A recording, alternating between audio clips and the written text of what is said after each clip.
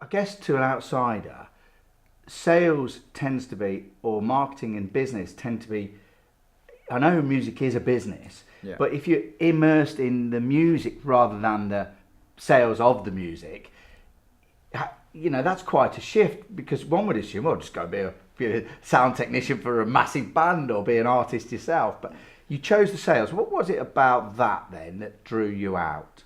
Yeah, so there were two things that happened. This might sound rather cynical, so I have to be careful how I put this. But the first thing was I realised that so much of the music success was down to the sales and marketing of the bands and everything else. I saw great people who never made it. I saw less than great people who did. Yeah. And often it was the marketing, it was the narrative, it was the story. So that started to really fascinate me. And I started thinking, well, actually, the power's not in the music. It's got nothing to do with the music, actually. It's got to do with everything else. Yes. Which can sound rather cynical, but there's a lot of truth to that. So that was the first thing. And the second thing was it was happening at the same time that the web was happening and the internet was happening.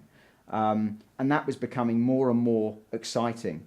And actually, I'll never forget you have pivotal moments in your life. Yes. And you don't even realise they're pivotal moments. So one of the pivotal moments in my life was actually in New York. And I was on the subway and I was reading Q magazine. I don't know if you remember Q magazine. And it was a music magazine. And there was an interview with David Bowie in the magazine.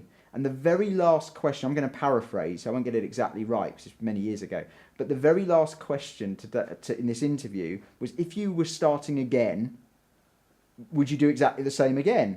And his reply, I don't know if it was flippant, I don't know because it was rare, but his reply was, no, I wouldn't do music, I'd do something on the web. Yeah. And I was getting more and more interested in digital and the web and everything else, and that really was one of those pivotal moments where I thought, you know what, I actually like this other stuff better. Yes. And that's how I started to gravitate into getting into sales and marketing.